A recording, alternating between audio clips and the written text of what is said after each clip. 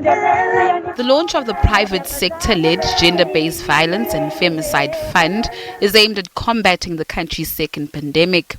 The fund will contribute to broadening access to justice for victims and survivors of gender-based violence and femicide, supporting and funding research and data collection into the root causes of the scourge in the country, just to name a few. During the virtual announcement of the initiative, President Ramaphosa announced other measures to find long-lasting interventions to end the war on women and children.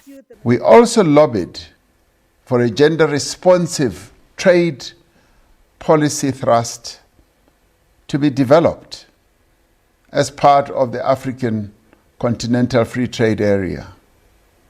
As a country, South Africa has adopted a policy of 40% preferential public procurement for women-owned enterprises, and we are promoting a minimum target of 30% for the region.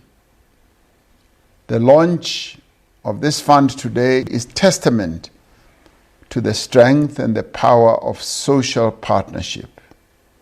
The fund is a fruition of the 2018 Gender-Based Violence and Femicide Declaration, which followed the 2018 GBVF Summit, where government, civil society groups, and other key stakeholders presented priority actions that set a roadmap for the country to be free from the scourge.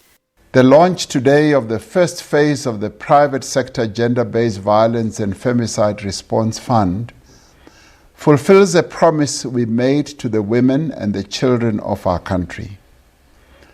It was a promise to work together to end the violence perpetrated by men against women and children in our country.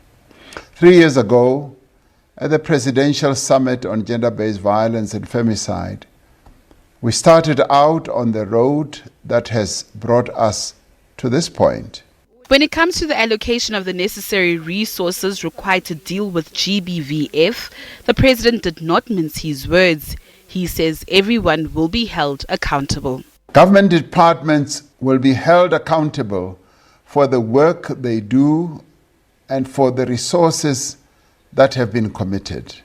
Various private sector companies, United Nations representative, the International Women's Forum of South Africa, and international acclaimed actor Forrest Whitaker have pledged their support for the initiative.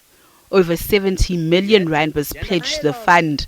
Natasha Piri, SABC News, Johannesburg.